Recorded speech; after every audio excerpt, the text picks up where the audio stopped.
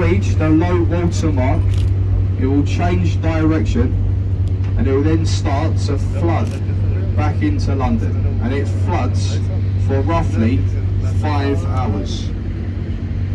We have a rise and fall between 6 to 7 metres of water, and that's twice a day. This next bridge is Suffolk Road Bridge. It is actually the least used bridge to span the River Thames. Well, through the bridge on our right, we've got a lovely pub over there. It's got the red window frames. It's called the Anchor. It's over 400 years old. It dates back to 1615. They do say that Shakespeare, he used to hire the attic of the pub as a dressing room for his actors before performing at the old Globe Theatre. The old Globe Theatre, it stood just behind this pub in Park Street.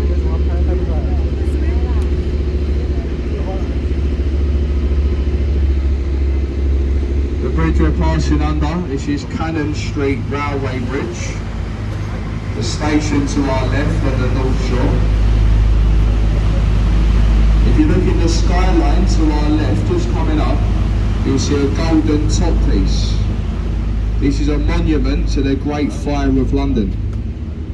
Said to resemble a lit candle, as it is said that's what started the fire.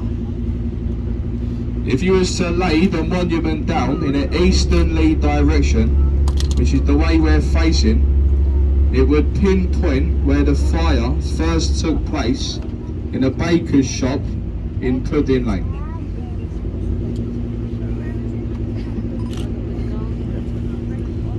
The next bridge is the famous London Bridge. There has been a few London bridges to span the Thames at this point. This one was opened in 1973. The one before this one, it was sinking into the mud. They took it down brick by brick. They sold it to an American businessman for $2 million. Today, the bridge stands in the Arizona desert across a man-made lake called Lake Havasu. The name of the bridge engraved into the stonework on our left-hand side.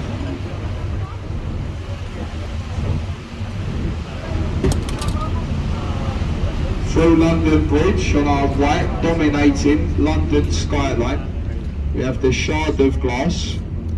This building is 1,016 feet tall.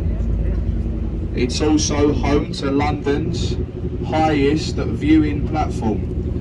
It's on the 72nd floor up, and I believe it's £40 an adult to go up there. But for a much cheaper day out, I do recommend you going on the other side of the river. If you look to our left, the building, it gets slightly larger as it goes up. Look right to the very top, you can just about see people standing up there. That's also a viewing platform. It's called the Sky Garden, and it's completely free to go up there. Also on our left, the sandy coloured building with the rounded roof. It's got fish as weather vanes. The old Billingsgate fish market. There stood a fish market on that site for over 900 years. It was only a few years ago they moved it further downriver to larger premises. Today Billingsgate is at Canary Wharf. The white building to our left with the clock face, Water Guards House. That is the headquarters of our country's customs and excise.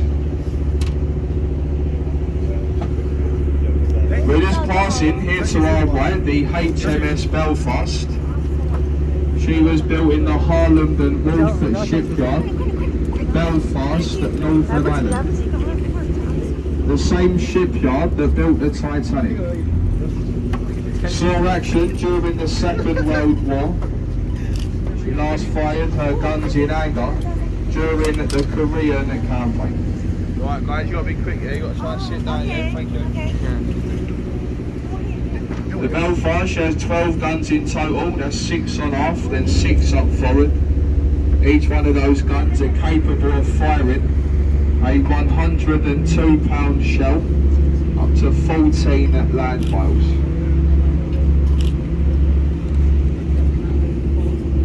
Over to our left we have the world famous Tower of London. The tower's been a lot of different things in its time. Most famously known for its imprisonment, torture and execution.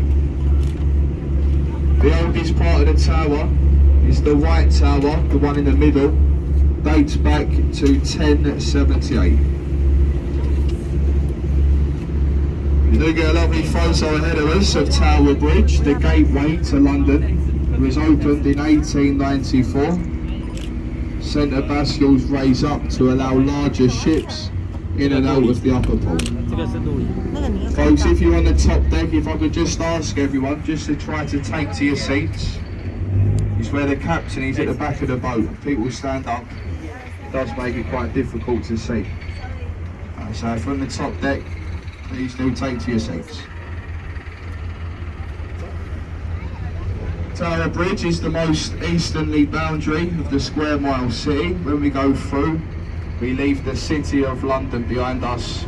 We now enter into the Docklands area of London.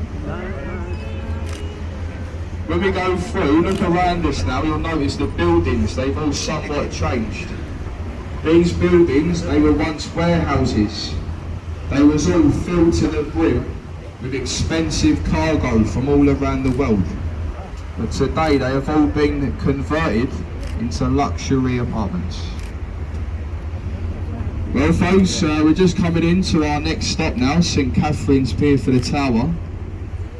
I do think we've got a few people that might want to leave us. If you are leaving us, just try to remain in your seats for the moment until we're safely moored alongside. The captain is just going side on for you here. You get a nice photograph there of Tower Bridge. Do try and take this time to look around yourselves. Make sure you have all your personal belongings. Don't leave anything on board that might spoil